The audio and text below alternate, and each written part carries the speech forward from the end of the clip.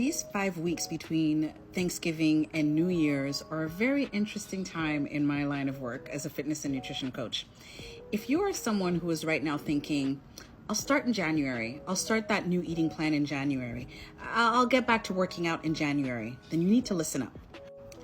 If you are the kind of person who's thinking right now, things are just too crazy, I have holiday parties coming up, Christmas is coming up, I'm gonna see family, there's absolutely no way that I can make changes right now and eat a certain way or work out a certain way, then you are exhibiting the exact type of thinking, I'm sorry to say, that has led you to being in a place where you're not being consistent with your eating and with your exercise. The reason for that is that there's never going to be a perfect time. There's never going to be a right time. There is very rarely, if ever, going to be a time where things have just completely settled down and nothing else is happening and you can completely focus on your nutrition and your working out. Unless this is something you do for a living, chances are that time is not coming. And if that time does come, it's going to be very short-lived. So basically, if you're waiting for everything to be calm so you can dedicate yourself to your fitness routine or your eating plan, then what happens when you inevitably get busy again? You're gonna put your nutrition and your exercising on the back burner again.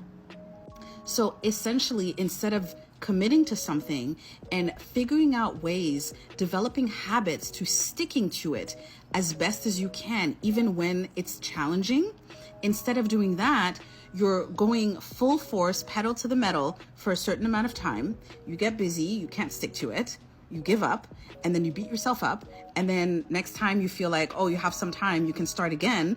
Then you try again, and then the cycle just continues.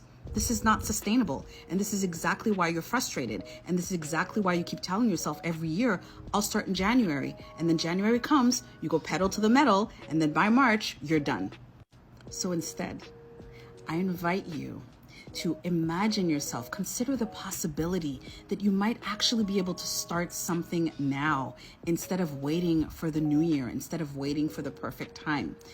What you're gonna do is you're gonna start imperfectly. It's not going to be 100%. It's not going to be 0 to 60. And that's okay. That's actually exactly what you want. Because if you think back, every time you've gone pedal to the metal, it hasn't lasted because it's exhausting and it's not sustainable. It's not realistic.